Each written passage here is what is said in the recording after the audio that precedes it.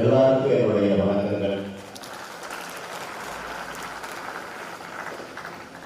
New Prince Sri Bhavani கல்வி குழுமங்களுடைய தலைவர் திரு ஏ லோகநாதன், செயலர் திருமதி வி எஸ் மகாலட்சுமி, உபதலைவர் திரு ஏ ரவி பிரசாத், கல்லூரியினுடைய முதல்வர் ஸ்ரீ சரவணன் மற்றும் துறைத் தலைவர்களே, பெற்றோர்களே, தொலைக்காட்சி மற்றும் பத்திரிகை நண்பர்களே, விருந்தினர்களே, என் இனிய மாணவ நண்பர்களே, உங்கள் கல்லூரியின் 13வது பட்டமளிப்பு விழாவில் சிறப்பு விருந்தினராக உங்களோடு இருப்பதற்கு பெருமைப்படுகிறேன்.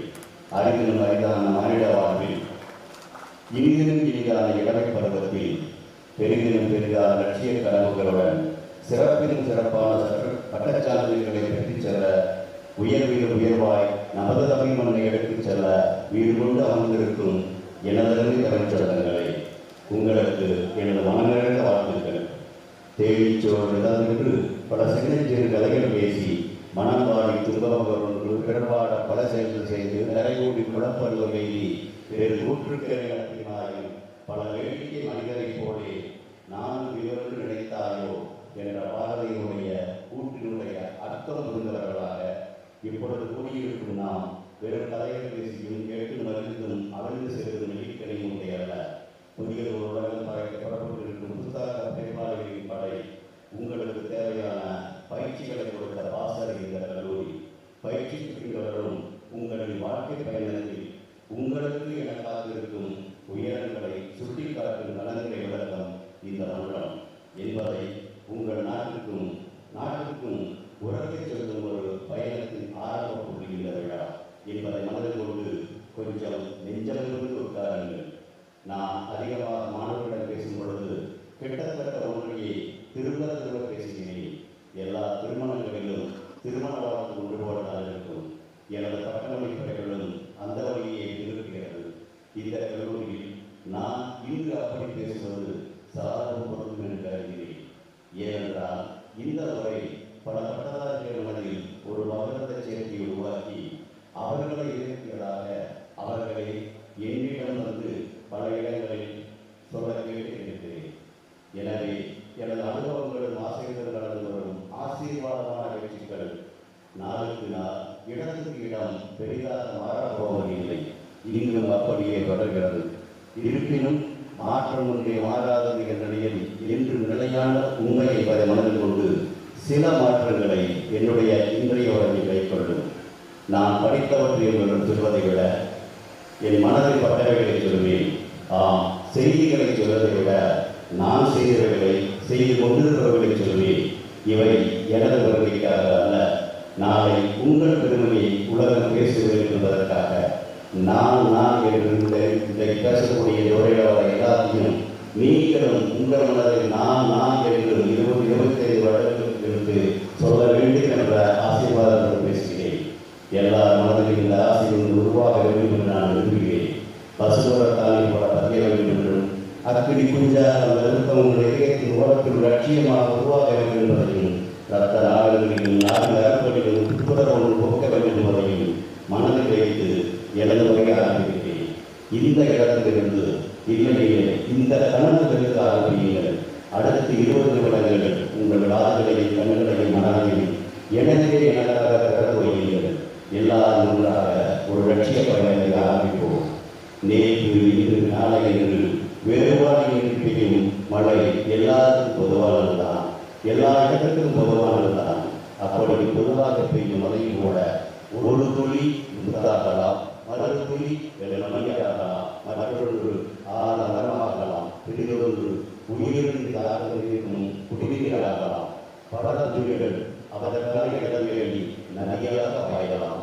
அணைகளை அறிந்து தான் சேர வேண்டிய நேரத்துக்குமாக காத்திருக்கலாம். இப்படி ஒவ்வொரு துளிக்கும் ஒரு கொடுப்பினை உண்டு. ஆனால் அந்த கொடுப்பினை மழை துளியை பெற்றுக் கொள்ளும் இடத்தை பொறுத்தது. எல்லாருக்கும் பொதுவான மழைப்போன்ற பேச்சு அதை உருவாக்கி வரும் காலங்களில் உங்களின் இல்லத்தால் சொல்லலாம், செய்யலாம், முத்தாக நிம்மதியாக மாற்று சரியான இடமாக நீங்கள் உங்கள் வாழ்வில் வெற்றி பெற எனது வாழ்த்துக்கள். வெற்றி என்றால் என்ன? விரும்பியை கிடைப்பதை வெற்றி என்பது எளிதாக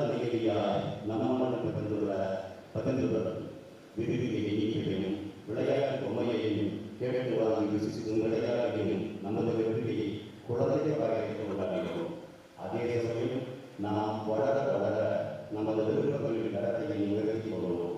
விரும்பிய உடலை, விரும்பிய பதவி, விரும்பிய படிப்பு, விரும்பிய பணி, விரும்பிய துணை, விரும்பிய பதவி, விரும்பிய வீடு, விரும்பிய வாகனம், விரும்பிய பெயர் புகழ் என்று விரும்பிய ஒவ்வொன்று கிடைக்கும் பொழுதும் மகிழ்ந்து அவை தனது வெற்றிகளின் அடையாளம் என்று கொள்வது மனித வரலாறு. ஆக விரும்பிய கிடைப்பது என்பது மனிதனின் எண்ணம். அதில் ஓரளவு இன்மை இருக்கலாம். ஆனால் விரும்பியதை அடைவது மட்டுமே இருக்கிற நாம் விரும்பியதற்கு மாறாக நமக்கு கிடைப்பவர்களையும் பெரிய வெற்றிகளை தரும் என்பது எனது அனுபவம். தமிழகத்தில் ஒரு மொழியில் எழுதும் கோதாவரி கிராமத்தில் படித்துக் கொண்டிருந்தவர்கள் எனது வகை சிறார் எனது சிறப்பாளர்கள் கூட சில நகரப்பட்டிகள் சென்று படித்தார்கள். நானும் அந்த மாதிரி ஆனால் இயலாத சூழ்நிலை விரும்பியதை கிடைக்கவில்லை. கிடைத்த கிராமப்பகுதியில் உற்சாகத்துடன் விரும்பிப்படையே முதல் மாணவனாக தேடி கிணறு கடல் உயர்நிலைப்பள்ளிக்கு சேர்ந்தேன். பலரும் உயர்நிலைப்பள்ளிக்கு மிதிவெளியில் அதாவது சைக்கிள் பயன்படுத்துவது நான் அனுமதிக்கிறேன். விரும்பியதை கிடைக்கவில்லை. கிடைத்தது நடைப்பயணம். உணர்வுகளிலே உள்ளவர் ஓடி என்ற கண்ணதாசனின் பாடல்கள் வந்தது. பரப்புகளின் அர்த்தத்தை இறுதி ஏற்றுக்கொண்டேன். விருது நடக்கையில் பள்ளியில் படுவதை எதிர்பார்த்தும் புதிதாக சிந்தித்தும் நடத்தப்படையில் உண்மையில் உயர்ந்தொரு நாட்களுக்கு எனது உறவோட்ட நாட்கள் தமிழ் மொழியான தமிழ் வகையில் விரும்பியது தமிழ் மொழி கல்வி, கிடைத்தது ஆங்கில வழி கல்வி, மறுபடியும் கிடைத்தது தங்கப்பதத்துடன் எதிரே பொறியியல் படிப்பாக ஐஐடி சேரவில்லை. கிடைத்தது ஜெசிசி, இங்கும் கிடைத்ததை விரும்பியே பொறியியல் விருதுகளை தேடி முனைவர் பட்டத்துக்கு அகப்படவில்லை. ஆனால் குடும்ப சூழல்களை அப்பாவில் இருந்தபடி வேலையை விண்ணப்பித்தேன். எனது உருவப்பத்தில் பொருளாதார பணியாளர் விரும்பினேன். ஆனால் பணியேற்றது 1982 பெங்களூரில் இந்திய விவசாயிகளுக்கு சரி மாவட்டங்கள் வெளியூராக இருந்தாலும் புதிது புதிதாக செயற்கைக்கோள்கள் உருவாகும் ஆராய்ச்சி சொல்லியிருக்கிறேன். ஆனால் கிடைத்தது செயற்கைக்கோள்கள் செயற்கை அதையும் செய்யப்படுவது புதிய திட்டத்தை உருவாக்கப்பட்டேன். அந்த திட்டத்தை ஏற்றுக்கொள்வது எனக்கு அந்த திட்டத்தை நிறைவேற்றுவதற்கான பொருள் கொடுக்கப்பட்டது. கிடைத்த பணியை விரும்பி செய்வதால் பதவிகளும் புது பொறுப்புக்கும் வந்தன. அப்படியே புதிய பொறுப்பு அது சிறப்பாக நிறைவேற்றினால் பதவி ஏறுவது என படிப்படியாக உயர்ந்து 12 இந்திய செயற்கைக்கோள்களுக்கு செயற்கையாக செயலாற்றிய 2004 சந்திரயான் செயற்கைக்கோளுக்கான திட்ட இயக்குநரான சந்திரயான் வரலாற்று வெற்றிக்கு பின் மங்கள்யான் மற்றும் 40 செயற்கைக்கோள்களை விண்ணில் செலுத்தி நிலைநிறுத்திய சந்திரயான் 2 பயணத்தையும் வெற்றிகரமாக நிறைவேற்ற பணி நீட்டிக்க விரும்பியே கிடைத்தது பணி ஓய்வு. நிறைவாய் அதையும் விரும்பி எனது அனுபவங்களையும் இன்னும் செய்ய வேண்டும் என்ற தனியார தாக்கத்தையும் கூட்டி கடந்த 7 வருடங்களில் 7 முறை உலக சுற்றி வந்து தினம் புதிதான அனுபவங்களுடன் என்னை புதுப்பித்துக் கொண்டு இன்னும் வேகமாக ஓடிக்கொண்டிருக்கிறேன். இப்படியே இன்று வரையிலுமான எனது 67 வருட வாழ்க்கை பயணத்தை பட்டியலிட்டால் எனது வாழ்வில் இதுவரை மிக பல சந்தர்ப்பங்களில் நான் விரும்பியவைகளை கிடைத்திருக்கவில்லை. ஆனால் எல்லா கட்டங்களிலும் கிடைக்காததை உடனே மறந்து கிடைத்தவற்றையெல்லாம் முழுதாக விரும்பி முன் செல்கிறேன். இன்று நான் உங்கள் முன்னிற்கிறேன். நான் வெற்றியாளனா இல்லையா என்பதை நாளை சொல்லட்டும்.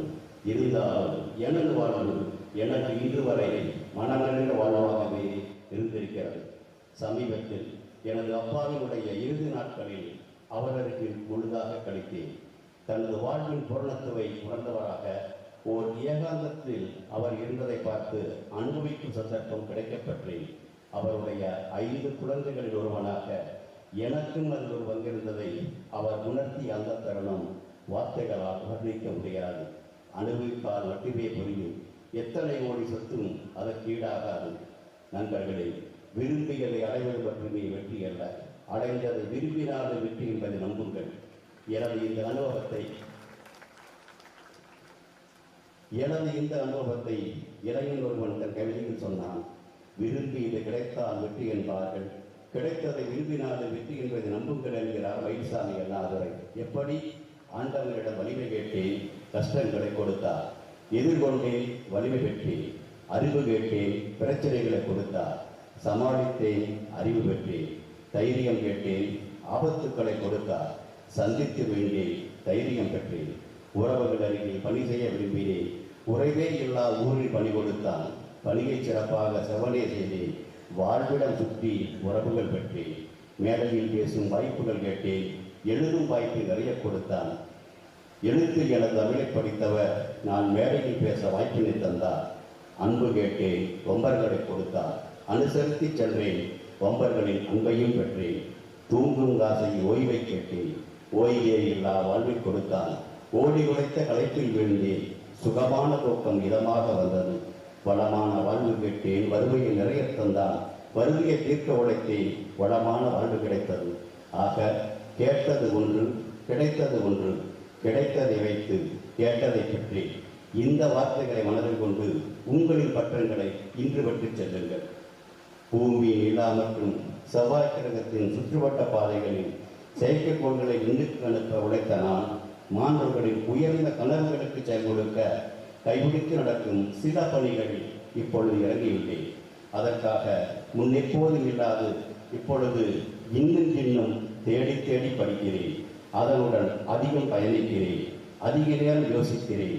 அதன் ஆரம்ப வெற்றிகளையும் காண ஆரம்பித்துள்ளேன். எனது இந்த அனுபவம் சொல்வது, ஆயுள் முழுவதும் படிப்பதும் புதிய வித்தைகள் கற்பதும் நமது வழக்கமாகட்டும். அதனால் உங்கள் அயராத முயற்சிகளில் வெற்றி பெறுவீர்கள். நீங்கள் இப்பொழுது வாழும் சமுதாயத்தை விட சிறந்த சமுதாயத்தில் வாழ முடியும். நீங்கள் தற்பொழுது எடுக்கும் வாழ்க்கை தடங்கள் எதிர்கால உலகத்தை மேலும் சிறப்பானதாக்க வேண்டும். அதற்கான பணியில் நமது பங்களிப்பு இருந்தாக வேண்டும். அதுதான் பயனுள்ள வாழ்க்கைக்கான அடையாளம். இன்று இங்கு வந்துள்ள உங்கள் கண்களில் ஒரு எதிர்பார்ப்பையும் நம்பிக்கையையும் நான் பார்க்கிறேன்.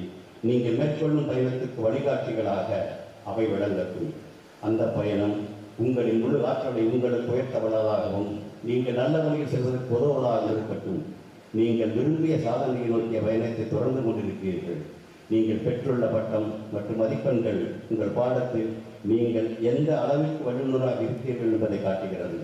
கல்லூரி வளாகத்தின் வழியே உண்மையான உலகத்தில் பயணத்தை தொடர்ந்தும் நீங்கள் மேற்கொள்ளும் தொழிலில் உள்ள மூத்தோர்களுடன் இணைந்து பணியாற்றி நல்ல மனிதன் என்ற பெயரை வாங்க வேண்டும்.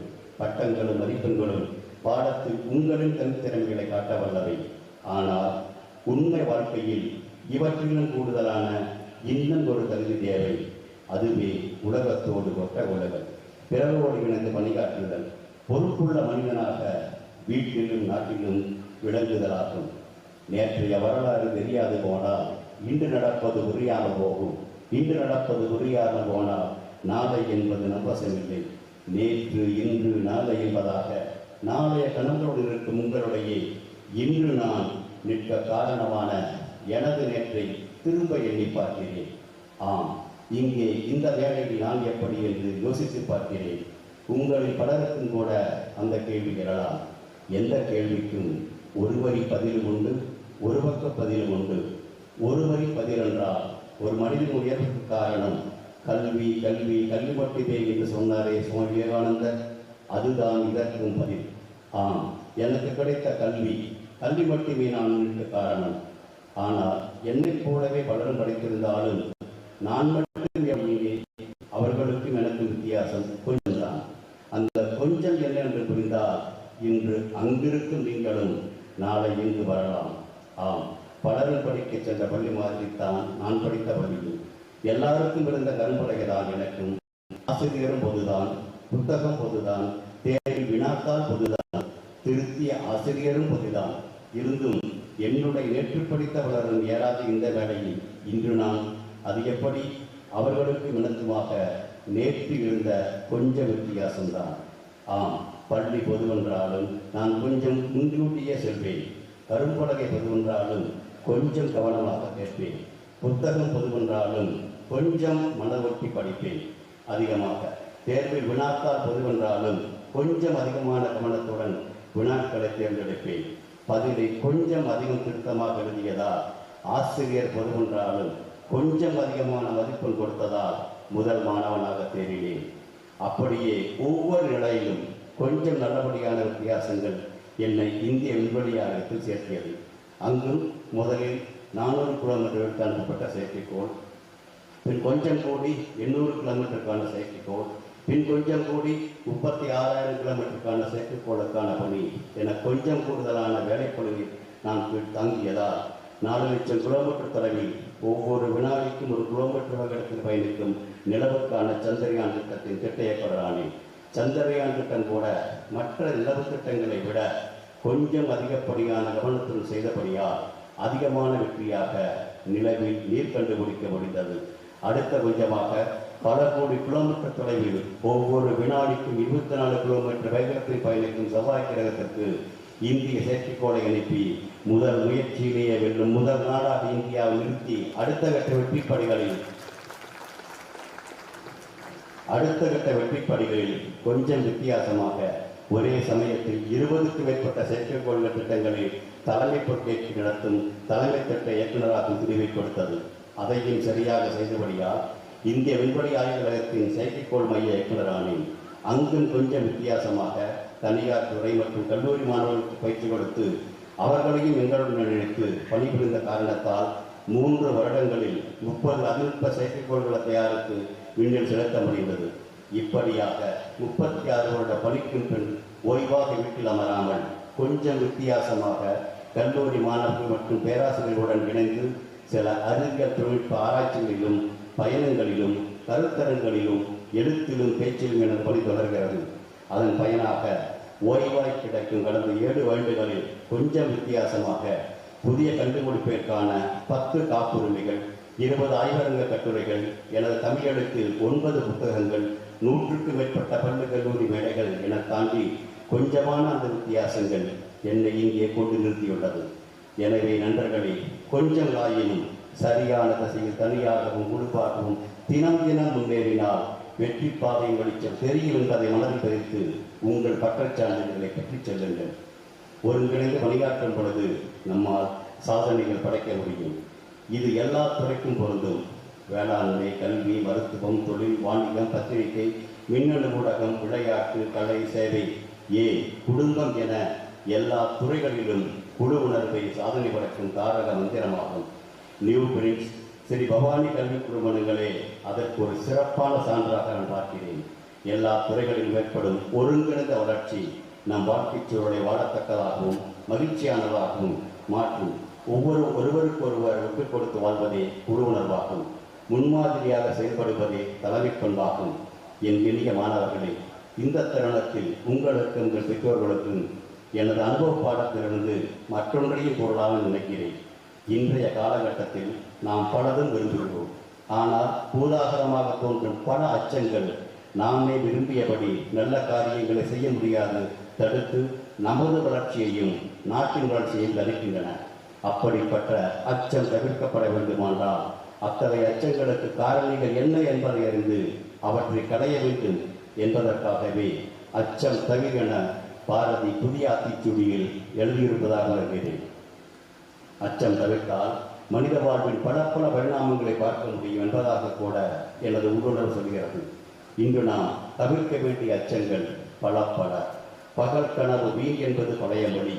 ஆனால் தான் வெற்றி காணவும் தனது நாட்டையே முன்னேற்றவும் கனவு காணுங்கள். அது தூங்கும் போது வரும் கனவுகள்ல, உன்னை தூங்க விடாமல் இருக்க செய்யும் கனவு என்று புதுமொழி சொன்னார் கலாம். எனவே கனவு வீண் என்ற அச்சம் தவிர்த்து கனவு காணுங்கள். மண்ணெண்ணெய் விளைக்கொழியில் படித்தேன்.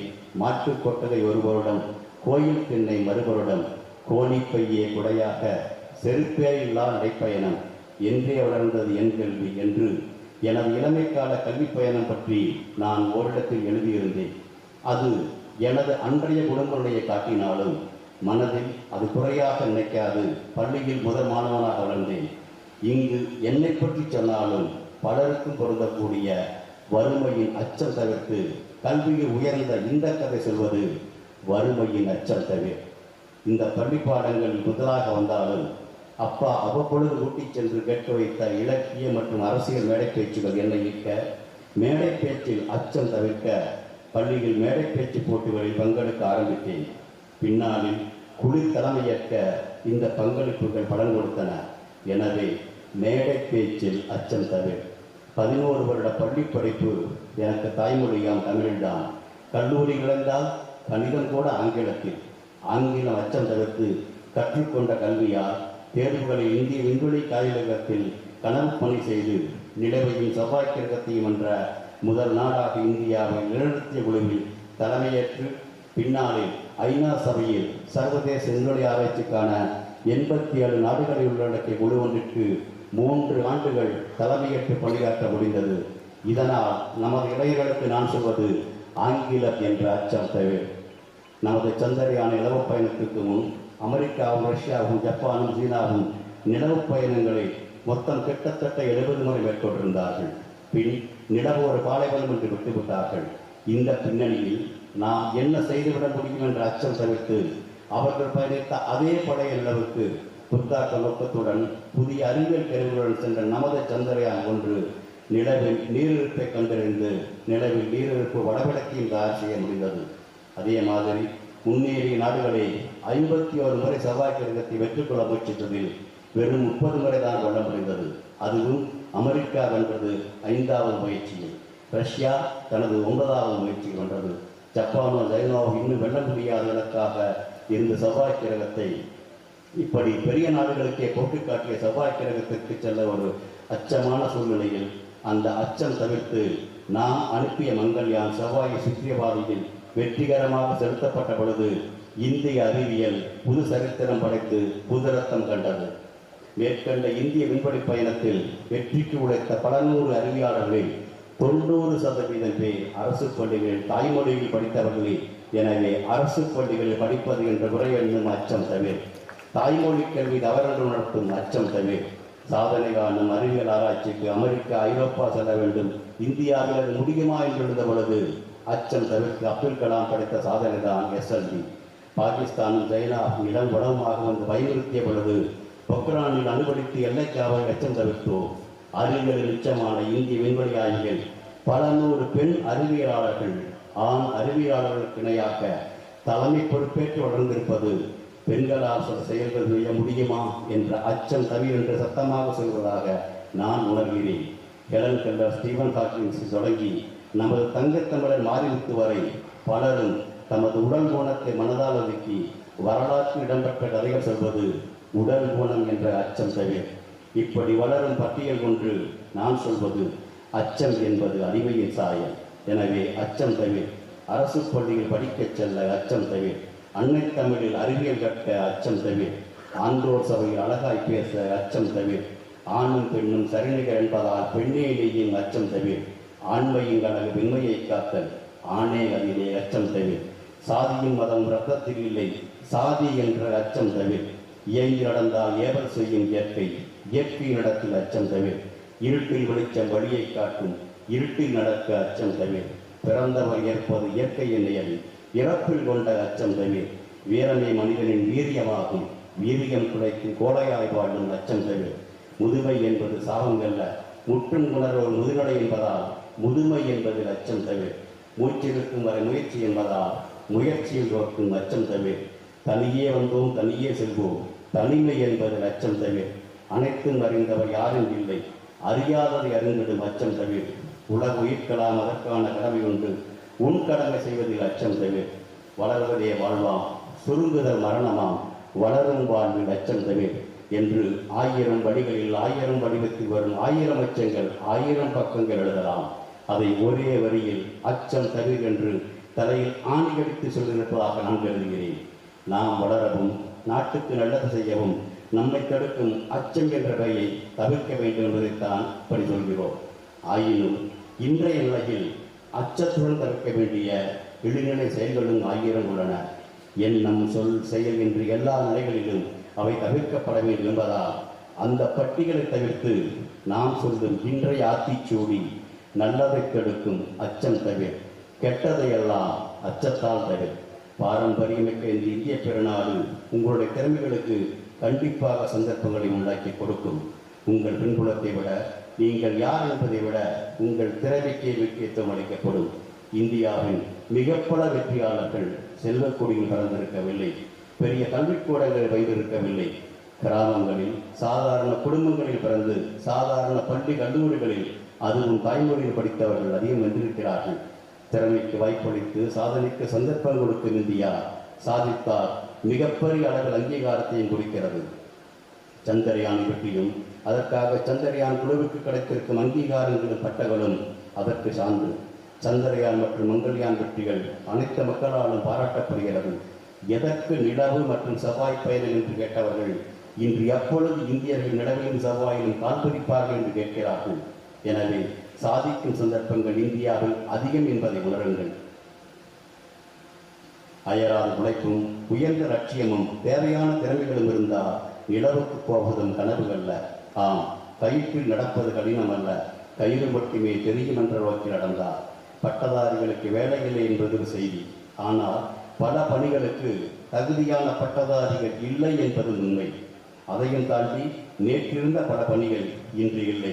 வரும் காலங்களில் பல தொழில்கள் காணாது போகலாம். புதிய பணிகளும் அந்த பணிகளுக்கேற்ற தகுதியும் திறமையும் படைத்தவர்களும் தேவைப்படலாம். கொஞ்சம் யோசித்து பாருங்கள். நேற்றிருந்த குழுக்களுக்கு தட்டச்சு, புகைப்பட பொருள், ரிக்ஷா, குதிரை வண்டி மற்றும் வானொலி பெட்டியின் பழுதை சரிபார்க்கும் கடைகள், மென்பொருளில் கூட போற்றான், கோபால் என்ற கணித மொழிகள் என பலதும் இன்றில்லை. ஆக அந்த பணிகளில் இருந்தவர்கள் வேறு பணியை தேட வேண்டிய அவசியம் அதிகமானது. ஆனால் வரும் காலங்களில் இந்த நிலை இன்னும் அதிகமாகலாம். நேற்றிருந்தவர் இன்றில்லை என்னும் பெருமை உடைத்து இவ்வுலகு என்பது பழைய மொழி. நேற்றிருந்த பணி இன்றில்லை என்ற பெருமை உடைத்து இவ்வுலகு என்பது புதுமொழி. அதே மாதிரி நேற்றில்லாத புதுப்பணிகள் இன்று பல என்பதும் ஒரு புதுமொழியாகும். வருங்காலங்களில் அப்படி உதிக்கும் பணிகளுக்கு தேவைப்படும் தகுதியை வளர்ப்பதற்கான பயிற்சிகளை பெறும் கடமையாகட்டும். 60 வயதில் பணி ஓய்வு என்பது போல் 40லும் 50லும் பணி நிறைவு என்பது பல துறைகளில் வழக்கமாகி வருகிறது. ஓய்வூதியமும் இல்லாத போகும் நிலையும் உருவாகியுள்ளது. ஆனால் மனித ஆயுள் 80 மற்றும் 90 என கூடுகிறது. ஆண் சம்பாதிக்க பெண் வீட்டை கவனிக்கும் நிலை என்பது மாறி ஆணும் பெண்ணும் அனைத்து துறைகளிலும் சம பங்களிப்பு நிலை வந்துவிட்டது. இந்த மாறுபட்ட போக்கால் தனது பணியில் ஒரே மாதிரி அல்லது ஒரே பணியில் ஒருவர் நிலையாக தன் ஆயுள் முழுவதும் இருக்க முடியாத சூழ்நிலை உருவாகியுள்ளது. எனவே தனது பணியில் புது உத்திகளை அல்லது புதிய பணிகளுக்கு தேவையான திறமைகளை கற்று அவற்றிற்கேற்றாற் போல நம்ம தயார்படுத்தி ஆக வேண்டும் என்பதையும், அதற்கான ஒரு மனநிலையை நாம் வளர்த்துக் கொள்ள வேண்டும் என்பதையும், அதை நாம் எப்பொழுதும் ஒரு மாணவராக பயிற்சி எடுப்பதை வழக்கமாக்கிக் கொள்ள வேண்டும் என்பதையும் மனதில் நிறுத்திக் கொள்ளுங்கள். நேற்றைய ஆட்சியாளரை விட இன்றைய ஆட்சியாளரின் பொறுப்பு அதிகம். நேற்றைய நீதியரசர்களின் பொறுப்பை விடவும் பார்த்த வழக்குகளை விடவும் இன்றைய நீதியரசர்களின் பொறுப்பும் பார்க்கும் வழக்குகளும் அதிகம். நேற்றைய மருத்துவரை விட இன்றைய மருத்துவர்கள் கவனிக்க வேண்டிய நோய்களும் நோயாளிகளும் அதிகம். நேற்றைய ஆசிரியர் பணியில் இருந்த பொறுப்பை விட இன்றைய ஆசிரியர்களின் பொறுப்பும் வளர்த்து கொள்ள வேண்டிய திறன்களும் வேறு. நேற்றைய பெற்றோர்களுக்கு இருந்த குழந்தைகளை விட இன்றைய பெற்றோர்களுடைய குழந்தைகளின் எண்ணிக்கையில் குறைவென்றாலும் பெற்றோர்களாக பொறுப்பு அதிகம். இன்றைய பட்டதாரி மாணவர்களாகிய உங்களுக்கும் அது பொருந்தும். வாழ்நாள் முழுவதும் கற்றல் என்பது அதன் பொருள். உங்களுக்கு ஒன்று தெரியுமா? என்னுடைய வயது கூட நான் படிக்கும் புத்தகங்களின் எண்ணிக்கையும் அவற்றுக்கு நான் செலவிடும் பணம் மற்றும் நேரத்தின் அளவும் கூடிக்கொண்டு போகிறது. எனக்கே தெரியும். நான் நேற்று படித்தவர்களை வைத்தும் செய்தவர்களை கொண்டும் இன்று உங்கள் முன் நான் நிற்கலாம். ஆனால் இன்று நான் படிக்காவிட்டால், புதிதாக எதுவும் செய்யாவிட்டால் நாளையும் நாளை மறுநாளும் நான் காணாமல் போய்விடுவேன். ஆகவே தோழர்களை தினம் தேடி படியுங்கள். புத்தகங்களை தாண்டி புதிதாக நீங்கள் உலக நடப்பையும் கருத்துடன் கவனியுங்கள். அந்த கவனிப்பும் உங்களுக்கு ஒரு படிப்பாகட்டும். வைரமாக நீங்கள் முன்ன உங்களின் அந்த படிப்பு உங்களுக்கு உதவும். உள்ளுவதெல்லாம் உயர்வுகள் என்றது வள்ளுவம். கனவு காணுங்கள் என்றார்களாம். நன்று கருது நாளெல்லாம் நினைத்ததை முடியும் என்றான் பாரதி. அதன்படி பெரிதாக வாழும் கனவுகளுடனும் நாள் உழைக்கும் உறுதிப்பாட்டுடனும் உங்களின் பட்டச் சான்றிதழை வாங்கிச் செல்லுங்கள். இன்று எங்களிடமிருந்து தான் பெற்ற பட்டத்தின் சான்றிதழை பெற்றுச் சொல்லும் ஒவ்வொரு இளைஞனுக்குள்ளும் யுவதிக்குள்ளும் விதையாக பணிய வேண்டிய எண்ணம் என்ன தெரியுமா? தன்னால் என்ன முடியும் என்பதை நிர்ணயிப்பது தான் பிறந்த வீடும் ஊரும் அல்ல, தனது நிறமும் அப்பாவின் பணமும் அல்ல, தலைவிதியோ இல்லை தான் பிறந்த தேதியோ அல்ல, தனது மனம் மட்டுமே என்று உணர வேண்டும். தனது பெயர் நிலைக்க நாட்டுக்கு மீட்கு நல்லது செய்ய ஒவ்வொரு நாளும் அந்த மனது துடிக்க வேண்டும். மனிதனாக பிறந்த நாம் மாநிலம் சிறப்பு நுழைவான எண்ணத்தில் இயங்க வேண்டும். எல்லாம் கடந்து தானும் ஓர் உலக குடிமகனாக சாதிக்க வேண்டும் என்ற உணர்வு கொப்பளிக்க வேண்டும். நமக்கு கொஞ்சம் அதிகமாக உணர்வு தோன்ற வேண்டும். ஏன், நாம் இன்றிலிருந்த பட்டதாரி அல்லவா? இன்று புதிதாக பிறந்ததாகவும் இன்றிலிருந்து இன்னும் அதிகம் செய்ய வேண்டும் என்பதாகவும் என்னுள் கூட உத்வேகம் உதிக்கிறது. உங்களுக்கும் அந்த உத்வேகம் உதிக்கட்டும். மூச்சு உள்ளவரை முயற்சி இருக்க வேண்டும் என்பார்கள். முயற்சி என்பது தன்னையும் தனது சுற்றம் மற்றும் நாட்டையும் உயர்த்துவதாக இருக்கட்டும். அதன்படி வாழ்நாள் முழுமைக்கும் கற்பதும் கற்றபடி நிற்பதும் நல்லதை எண்ணியும் எண்ணியபடி செய்தும் செய்தபடி சொல்லியும் எண்ணத்தால் சொல்லால் செயலால் நல் மனிதனாக பயனுள்ள வாழ்க்கையை வாழ வேண்டும். அதற்கான உறுதி ஒன்றை உங்கள் மனதின் ஒரு கோடியில் வதியுங்கள். விதை தளிராய் செடியாய் மரமாய் இருந்து கனிகள் தாங்கி உங்களை ஒரு சான்றோனாக்கட்டும். உலக வாழ்க்கையில் எந்த ஒரு தருணமும் இறுதியான தருணமாக என்பார்கள். சமீபத்திய கொரோனா தொற்று போன்ற பொழுதுகளில் நாமும் அப்படி நினைத்திருப்போம். நான் சொல்கிறேன், எந்த ஒரு தருணமும் அடுத்த கட்ட பயணத்துக்கு ஆரம்ப நொடியாகலாம். அப்படி ஒரு தருணம் இந்த தருணம் என்பதாக நமது பயணத்தை தொடங்குவோம். இதுவரை பின்னோக்கி இருந்த எனது வாழ்க்கை பயணம் கூட அரசு கொடுத்த பணிகளுக்கு பின் விண்ணுக்கு மண்ணுக்குமானத இப்பொழுது முன்னை விட ஒருபடி வேகமாக செல்கிறது. எனது பணி நேரையும் குறையவில்லை, ஆனால் வேகம் கூடியுள்ளது. சான்றோர்களாக மதிக்கும் புத்தரோ காந்தியோ தெரசாவோ கலாமோ அவர் பிறந்த அன்றே அந்த நிலையில் பிறந்திருக்கவில்லை. அவர்கள் வாழ்வில் ஒரு நாள், ஒரு காட்சி, ஒரு மனிதன், ஒரு சொல் அந்த அவர்களின் வாழ்க்கையின் இலக்கை மாற்றி அவர்களை சான்றோர்களாக்கியது.